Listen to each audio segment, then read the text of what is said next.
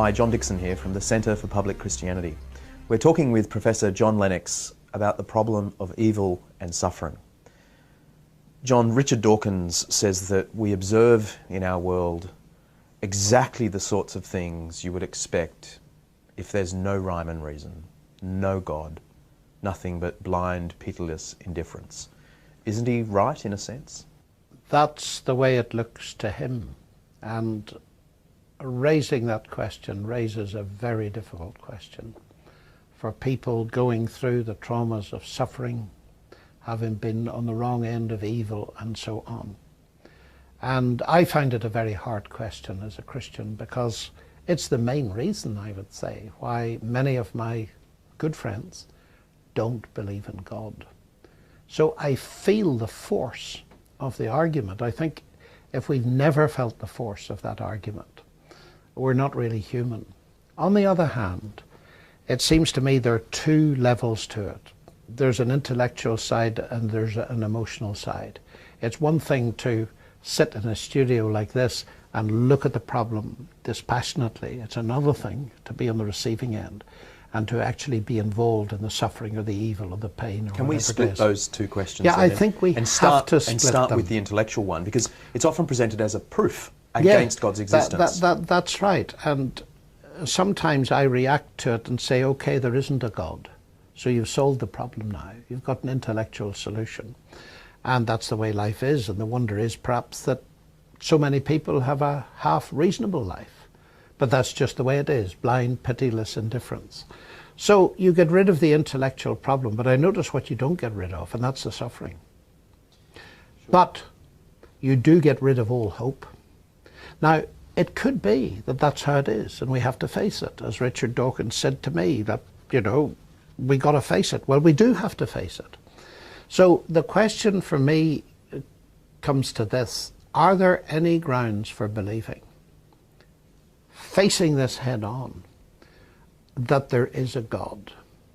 And what I'd want to say about that, I want to say a number of things about that, but the first is this: that because I'm a Christian, I have the problem, the intellectual problem. But because I'm a Christian, I believe that Jesus Christ rose as a matter of history the third day, and that death is therefore not the end.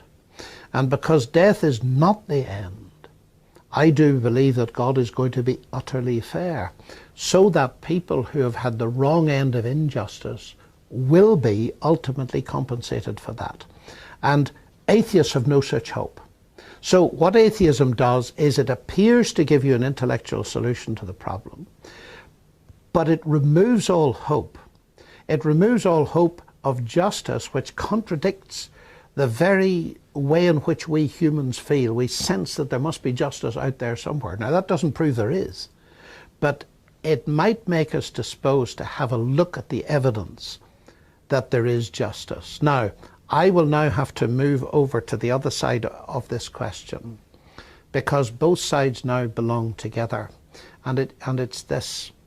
You see, the heart of Christianity, for me, is not simply the resurrection, it's what preceded it. And we know that Jesus died, he was crucified. Now, that would be of very little significance. There were many crucifixions around the time, as Josephus, for example, records. But the significance of this particular one is the nature of the person who was crucified. The claim is that this is God incarnate. Now, a lot of people will find it very difficult to follow this, but it's good to see what the logic is. So try to come along with me. If this is God incarnate, the question is, what is God doing on a cross, to put it crudely and pointedly? And what I would say about that is this: that at the very least, it shows me that God has not remained distant from the problem of human suffering, but has actually become part of it. Now that, to my mind, is a window into a possibility that brings real hope, and historically has brought hope to millions of people that have had to cope with the most awful of sufferings, but somehow have had the strength to see that in the death of Christ, there's a window into the heart of God, that this is what God is like. So the question is really this: we find the universe to be ragged. There are some good things. There are some very bad things. Is there enough evidence amidst all of this raggedness to trust God for the ragged bits? And I would want to argue that the cross of Christ is not a simplistic solution to this. There will be the ragged ends, and I feel them, but is the beginnings of it.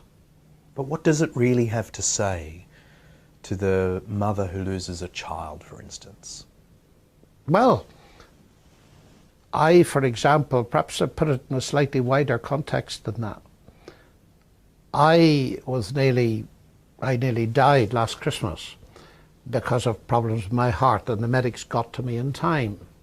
And people would say to me, well, that's marvellous, you know, God rescued you. But I'm aware that in the very same year, last year, my own sister lost a 22-year-old daughter, a beautiful girl, full of life, very gifted, to a brain tumour that carried her away. Now, it seems to me that if Christianity is to be at all credible, it's got to not simply say to me, well, that's marvellous, God rescued you and you've got a bit more life. It's got to be able to say something to her, and I know it has said something to her because she's my sister. We've discussed this. And there's plenty of weeping and grief because grief is very real.